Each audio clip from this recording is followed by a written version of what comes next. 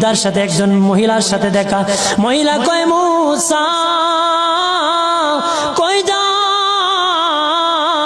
কই যাও রে মুসা? মুসা নবী কয়, তোর বাহারে যাব, আল্লাহর সাথে কথা বল।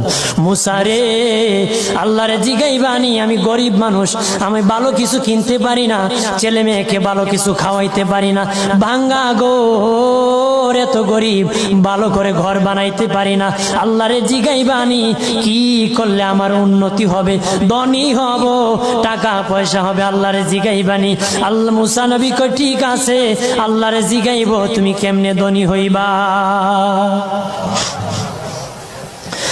আল্লাহ নবী মুসা নবী তিন রাস্তার মোড়ে যা দেখে একটা লোক বসে আছে, তার দুই হাত নাই, দুই পা নাই, দুই হাত নাই, দুই পা নাই। ওই লোক ডাক দিয়া কয়, মুসা